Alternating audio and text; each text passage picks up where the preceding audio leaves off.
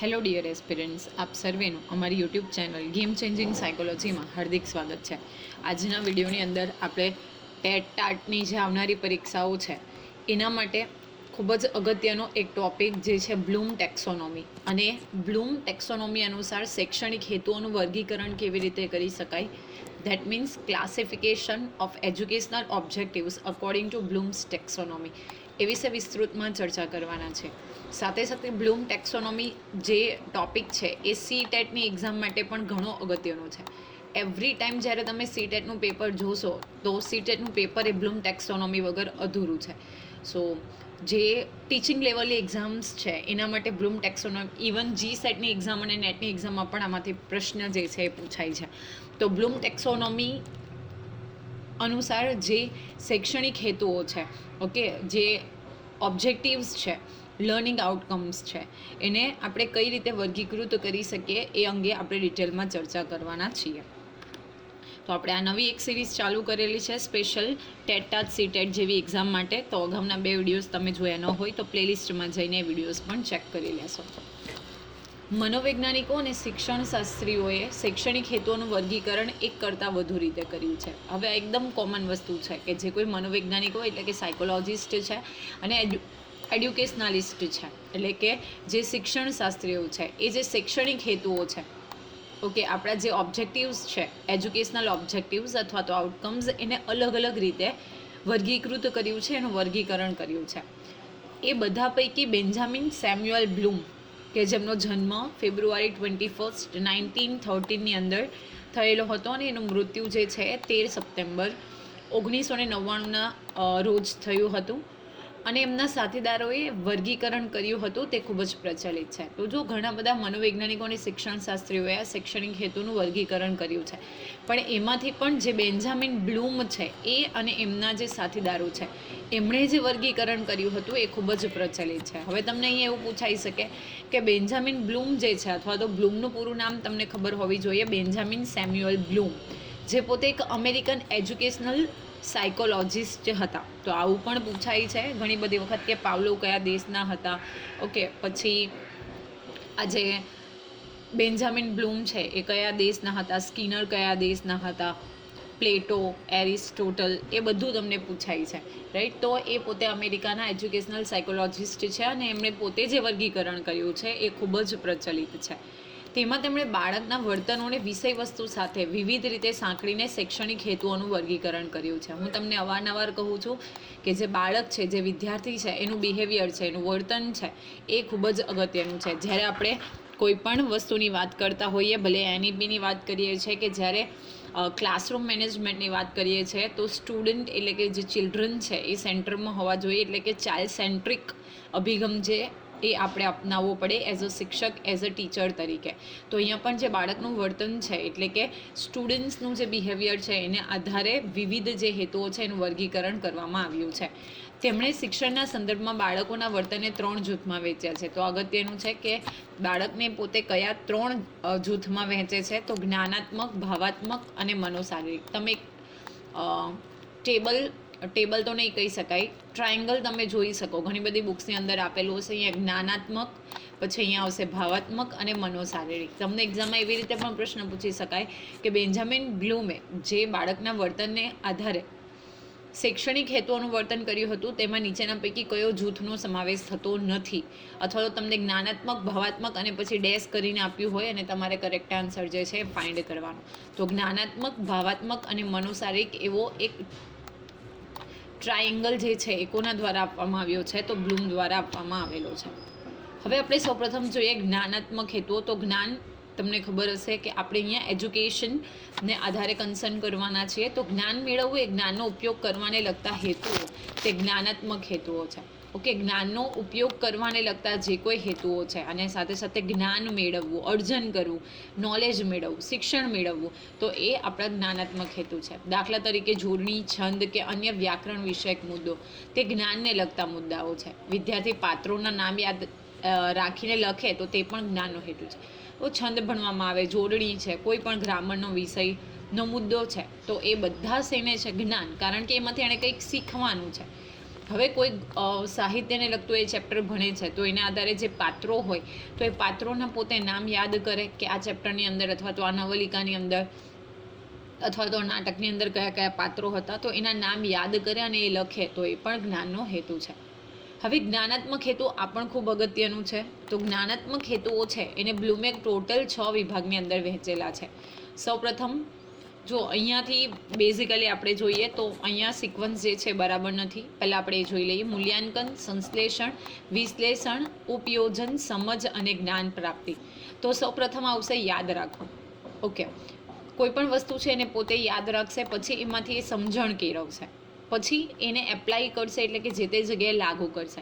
લાગુ કર્યા પછી એનું શું કરશે? વિશ્લેષણ કરશે એટલે કે એનું એનાલિસિસ કરશે, પછી એનું મૂલ્યાંકન કરશે એટલે કે એનું ઇવેલ્યુએશન થશે, અને પછી સર્જન એટલે કે એક નવી વસ્તુનું કંઈક ક્રિએશન કરશે. તો આ જે છે એ તમને સિરીઝ વાઇઝ નથી, પણ આ જે છે એ ટોપિક અહીંયા જે તમે ડાયાગ્રામની અંદર જોઈ શકો છો એકદમ પ્રોપરલી યાદ રાખવા જેવા મુદ્દા છે, એટલે કે પ્રોપરલી ચેઇન આપેલી છે. સૌથી પહેલાં યાદ રાખવું, પછી સમજણ, લાગુ કરવું, વિશ્લેષણ કરવું, મૂલ્યાંકન કરવું અને સર્જન કરવું. આ જે 6 વિભાગ છે એ જ્ઞાનાત્મક હેતુઓ જે છે એને ક્લાસિફાઈ કરેલા છે બ્લૂમની દ્વારા. હવે આ જે 6 વિભાગ છે એમાં જ્ઞાન પ્રાપ્તિ જે છે એ પાયો છે. જો સૌથી પહેલાં જ્ઞાનની પ્રાપ્તિ કરવી એ પાયો છે, અને અંતિમ બાબત જે છે મૂલ્યાંકન દ્વારા નક્કી કરવાનું છે કે શિક્ષણ પ્રક્રિયા યોગ્ય રીતે પાર પડી છે કે કેમ. સૌથી પહેલાં સીધી વસ્તુ છે, તમે કંઈક અર્જન કરશો, તમે કંઈક પ્રાપ્ત કરશો, એટલે પહેલાં આવશે જ્ઞાન પ્રાપ્તિ.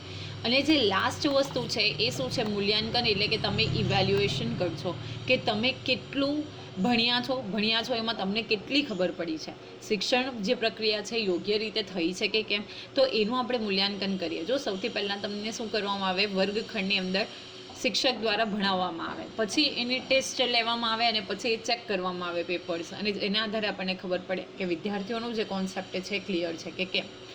જ્ઞાનાત્મક હેતુઓના જે વિભાગો દર્શાવ્યા છે તેમાંથી સૌથી ઉચ્ચ કક્ષાનો હેતુ તે મૂલ્યાંકનનો છે. તો તમને અહીંયાથી પણ પૂછાઈ શકાય કે બ્લૂમની જે ટેક્સોનોમી છે એમાં સૌથી ઉચ્ચ કક્ષાનો કોઈક હેતુ હોય તો એ શું છે? તો એ મૂલ્યાંકનનો છે, ઇવેલ્યુએશનનો છે. તો સૌથી પહેલાં જો જ્ઞાન પ્રાપ્તિ એ નિમ્ન સ્તરે આવશે, અને એને ચઢતા ક્રમમાં આપણે જોઈએ તો સૌથી પહેલાં જ્ઞાનની પ્રાપ્તિ કરવી, પછી સમજ, પછી ઉપયોજન, પછી વિશ્લેષણ, પછી સંશ્લેષણ અને પછી મૂલ્યાંકન. તો આ કરેક્ટ ચેઇન છે. જો અહીંયા જે ટેબલ છે એટલે તમે જે ડાયાગ્રામ જોયો, અગાઉ આપણે ડિસ્કશન કરીશું કે જે પાયાઓ જે સૌથી પ્રથમ વખત જે બ્લૂમે જે ટેક્સોનોમી આપી હતી એ સમય જતાં એમાં થોડા જે શું કહેવાય પરિબળો છે એને ઉપર નીચે કરવામાં આવેલા છે. તો તમારે આ કરેક્ટ યાદ રાખવાનું છે કે સૌપ્રથમ જ્ઞાન પ્રાપ્તિ, પછી એની સમજ, ઉપયોજન, વિશ્લેષણ, સંશ્લેષણ અને લાસ્ટમાં આવશે મૂલ્યાંકન. એટલે સૌથી પહેલાં નીચે જો અહીંયા લખેલું છે કે ક્રમશઃ ચડતા ક્રમમાં, એટલે સૌપ્રથમ જ્ઞાન પ્રાપ્તિ આવશે ને લાસ્ટની અંદર આવશે મૂલ્યાંકન. નીચેના સ્તરના હેતુ પરથી તેના ઉપરના હેતુનો આધાર રહેલો છે. તો નીચેથી ઉપરનો આધાર રહેલો છે, એટલે સૌથી પહેલાં અહીંયા આવશે જ્ઞાનની પ્રાપ્તિ અને સૌથી ઉપર આવશે મૂલ્યાંકન. દાખલા તરીકે જ્ઞાન પ્રાપ્તિના હેતુ પર સમજના હેતુનો આધાર રહેલો છે. સમજ માટે જ્ઞાન પ્રાપ્તિની જરૂર છે. વિદ્યાર્થી પહેલાં જ્ઞાન પ્રાપ્ત કરશે, પછી જ સમજ છે, અને પછી સમજી અને એનું ઉપયોજન કરશે. એટલે સૌથી નીચે જે છે એ બેઝ છે, અને એ બેઝ જે છે ઉપરની વસ્તુઓને પ્રિપેર કરે છે. એટલે કે જે ઉપરના પરિબળો છે જેમ કે સમજ, તો એના માટે બેઝ શું છે? જ્ઞાન પ્રાપ્તિ. ઉપયોજન છે તો એના માટે બેઝ છે સમજ, અને સમજનો બેઝ છે જ્ઞાન પ્રાપ્તિ. હવે સૌપ્રથમ આપણે જોઈએ જ્ઞાનની પ્રાપ્તિ કરવી એટલે શું? તો જ્ઞાન પ્રાપ્તિ એટલે કે જે તે એકમના વિષય વસ્તુની વિગતો જાણવી, તેને યાદ રાખવી, ઓળખવી. જો જ્ઞાન પ્રાપ્તિ કરવું એટલે કે જે આપણી પાસે નોલેજ છે એને મેળવવું અથવા તો એની પ્રાપ્તિ કરવી. તો જે એકમ છે એટલે કે આપણે એઝ અ શિક્ષક જે ભણાવશે, બરાબર, એઝ અ ટીચર જે સ્ટુડન્ટ્સને ભણાવશે, તો સ્ટુડન્ટ્સ એકમના વિષય વસ્તુની વિગતો, એનો એમ શું છે, ઓકે, એનું થીમ શું છે, એ બધી વસ્તુને જાણશે, તેને યાદ રાખશે અને ઓળખશે પણ. તો એને આપણે જ્ઞાન પ્રાપ્તિ કહીએ. દાખલા તરીકે પાત્રોના નામની નીચે લીટી દોરવી, વિરોધી શબ્દ આપવો, રૂઢિપ્રયોગનો અર્થ આપવો વગેરે. જ્યારે એક શિક્ષક તરીકે ક્લાસમાં તમે જાઓ છો, કોઈક એકમ ભણાવો છો, તો સૌથી પહેલાં તમે એનો આઉટલાઇન કહેશો કે આ ચેપ્ટરની અંદર તમે શું ભણવાના છો, એટલે કે સ્ટુડન્ટ્સ જે છે એ શું ભણવાના છે. ત્યાર પછી માની લઈએ કે કોઈક એવું ચેપ્ટર છે જેમાં પાત્રોના નામ છે, કેરેક્ટર્સના નામ છે, તો આપણે પાત્રોના નામની નીચે લીટી દોરાવશું. કોઈક શબ્દ છે તો એનો વિરોધી શબ્દ આપશું, કોઈક રૂઢિપ્રયોગ છે તો એ બતાવશું, કોઈકનો સમાનાર્થી શબ્દ આપીશું, કોઈકની જોડણી છે તો એના વિશે આપણે મતલબ ડિસ્કશન કરીશું. તો એને આપણે શું કહીએ? જ્ઞાન પ્રાપ્તિ તરીકે ઓળખીએ. પ્રાપ્ત કરવું, મેળવવું.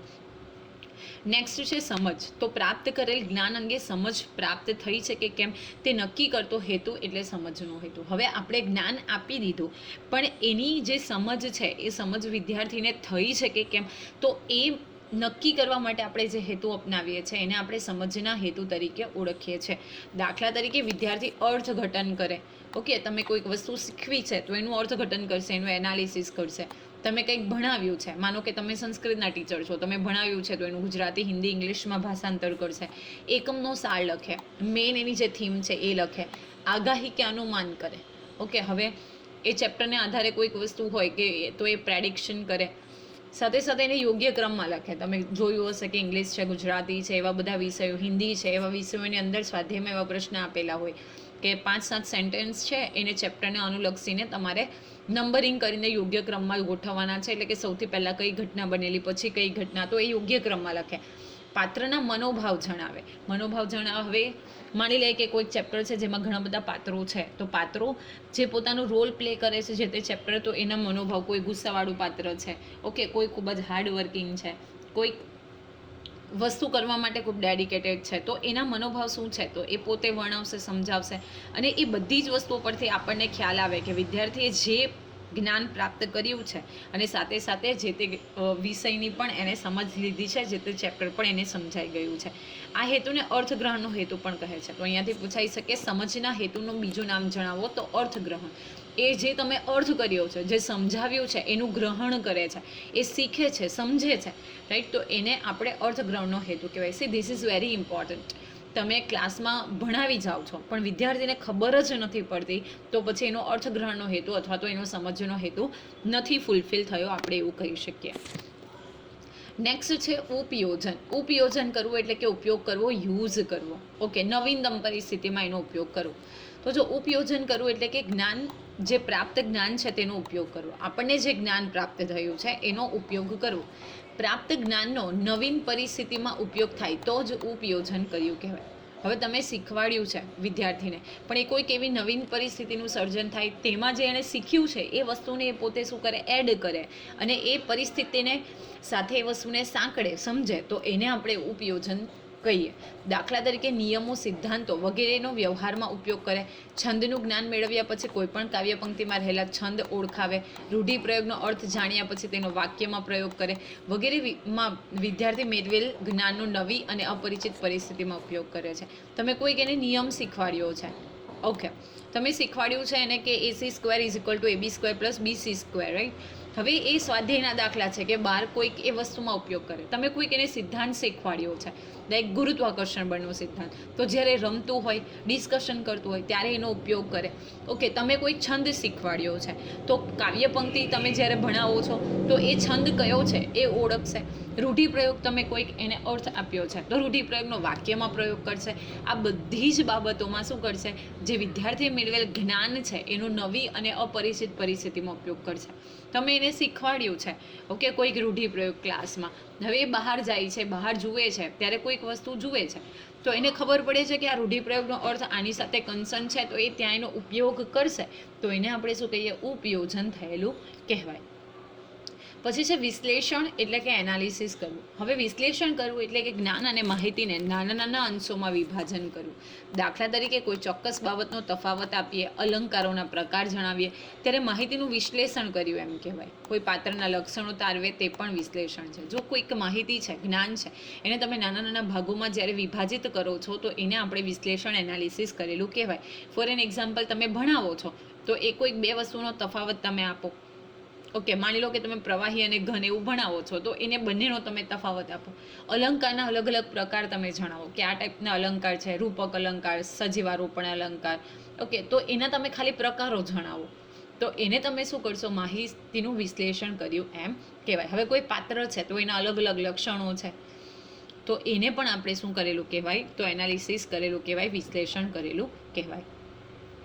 નેક્સ્ટ છે સંશ્લેષણ કરવું એટલે કે સિન્થેસિસ. તમને આ બધું પરીક્ષામાં પણ પૂછાશે. ઓકે, મેન્સની એક્ઝામની અંદર પણ તમને સિન્થેસિસ આવે છે, એટલે કે તમને કોઈક માહિતી આપી છે, એમાંથી તમે માહિતીનું નવું સર્જન કરશો, સંક્ષેપીકરણ કરશો, તો એને આપણે સિન્થેસિસના નામે ઓળખીએ. જુદી જુદી કે છૂટી છવાઈ માહિતીને આધારે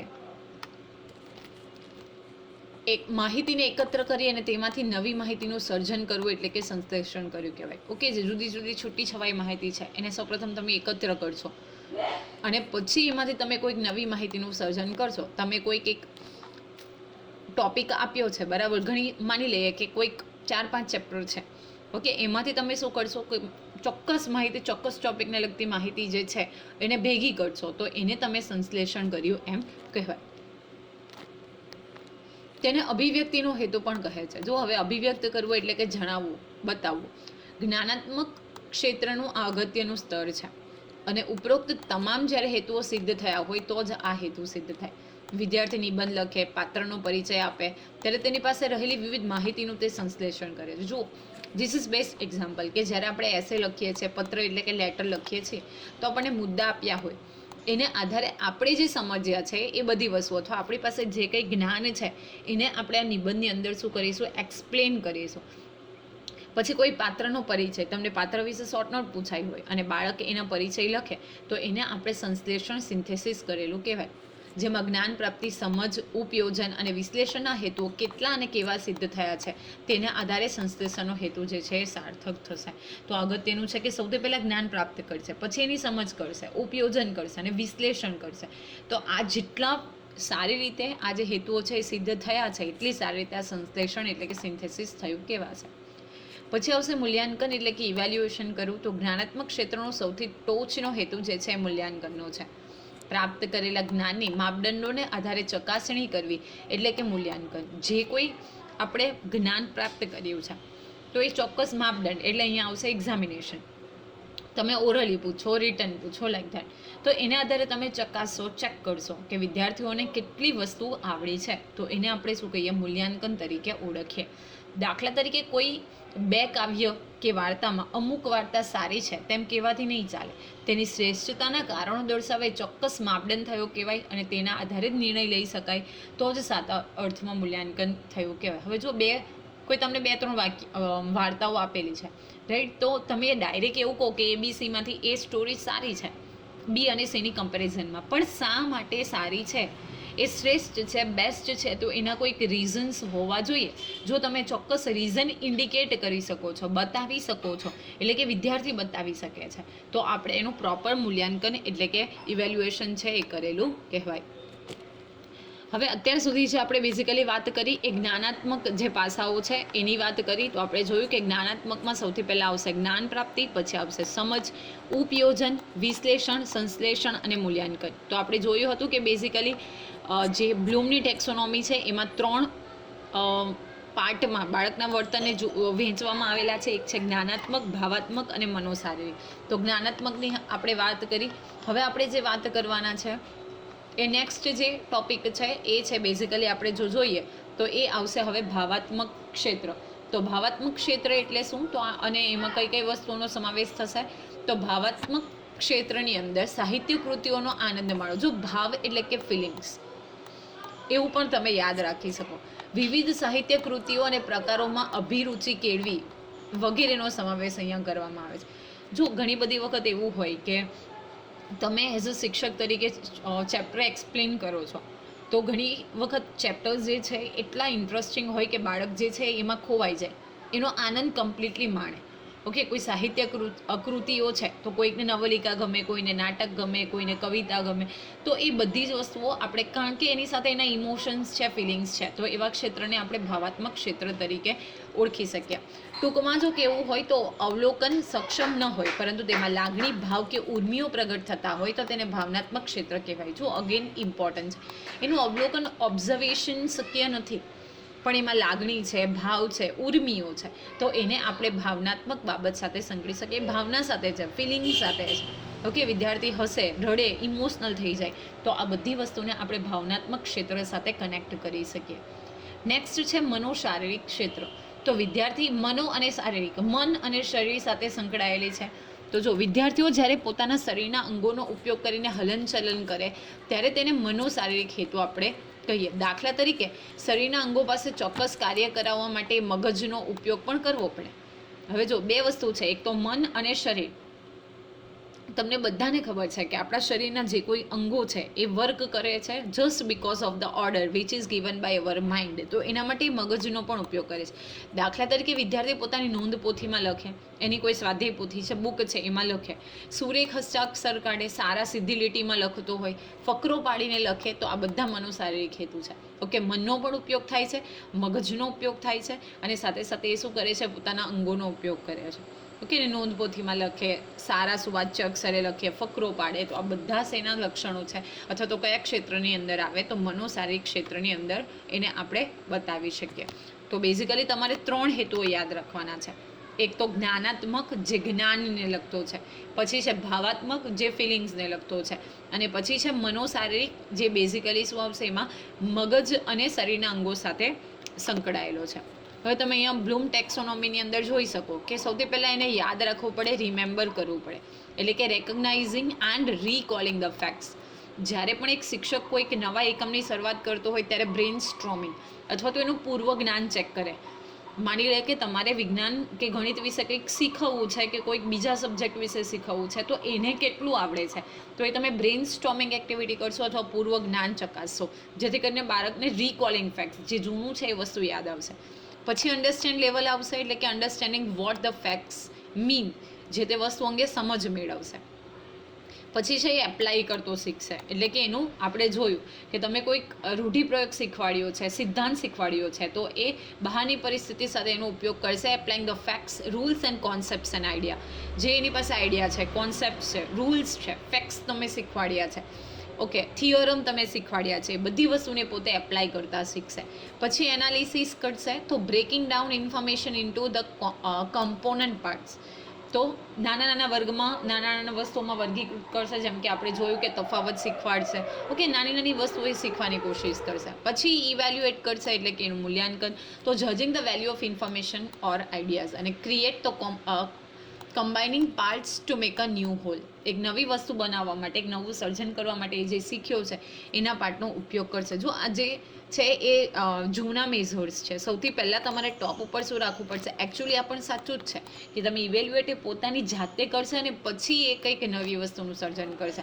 પણ તમને જો એક્ઝામમાં પૂછાય કે સૌથી અગત્યનો અને સૌથી ઉપરનો જો પાર્ટ હોય, તો તમારે લખવાનું છે ઇવેલ્યુએશન, એટલે કે મૂલ્યાંકન કરવું. તો આઈ હોપ કે આજે જે આપણે બ્લૂમ ટેક્સોનોમી વિશે વાત કરી એમાં તમને સમજ પડી હશે. જો વિડીયો પસંદ પડે તો વિડીયોને લાઇક કરી અને શેર કરવાનું ભૂલશો નહીં. અને આવા જ વધુ વિડીયોની અપડેટ્સ મેળવવા માટે even you can subscribe our YouTube channel game changing psychology. Thank you for watching the video. Have a nice day.